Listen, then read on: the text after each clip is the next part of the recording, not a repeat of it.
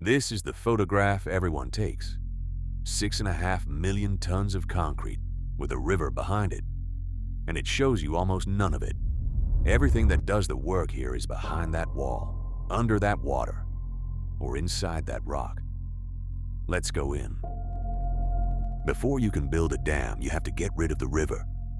They didn't stop it. They went through the mountain. 4 tunnels bored into the canyon walls, 3 miles of them, each one wide enough to swallow the Colorado whole. November 1932, the river went into the rock.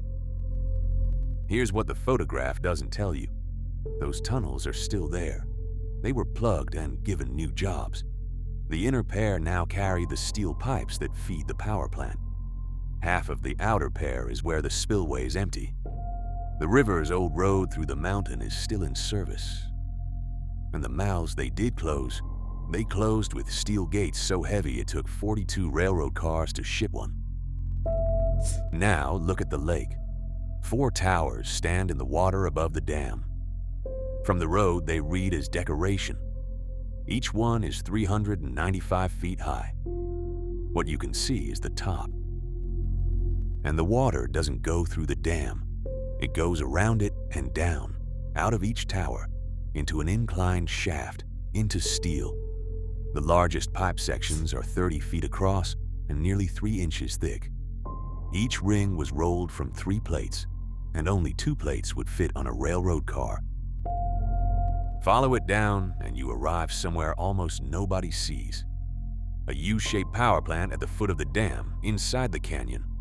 10 acres of floor, 17 turbines. This dam isn't holding a river, it's converting one.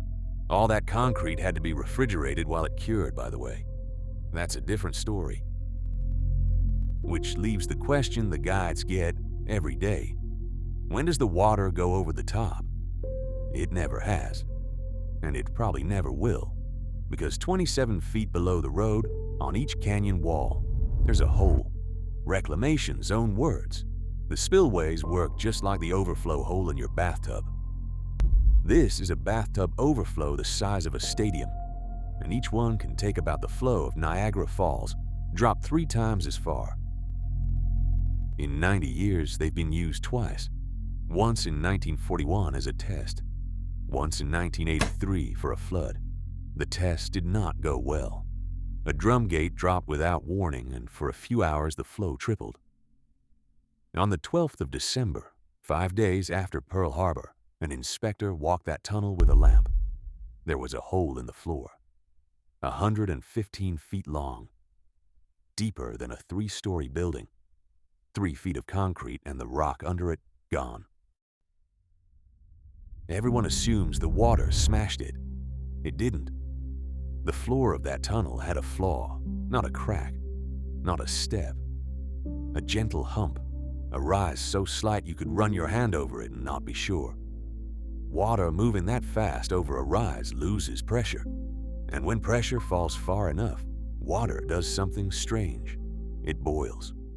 At ordinary temperature, not from heat, from the absence of pressure.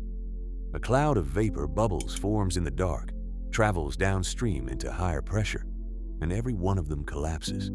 Not pops, collapses, a microscopic implosion, firing a jet of water into whatever surface is nearest.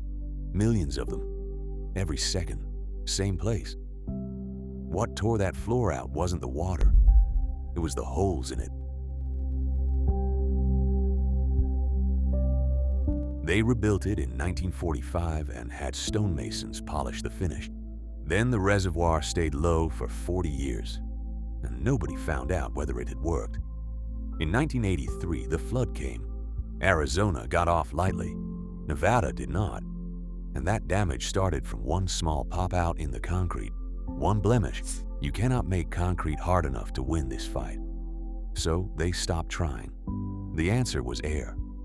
Cut a slot across the floor, let the atmosphere in under the sheet of water, and the flow stops being water. It becomes foam.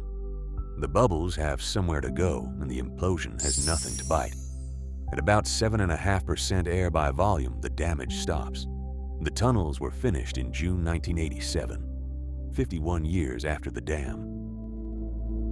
4 tunnels through a mountain. 4 towers you thought were ornaments. 10 acres of machine at the bottom of a canyon. And the thing that nearly beat all of it was a bump you could have covered with your hand. The thing that saved it was a gap that lets air in. First, they refrigerated this dam so it wouldn't cook itself apart. Then they aerated it so the water wouldn't eat it. Every photograph of Hoover Dam is a photograph of the lid,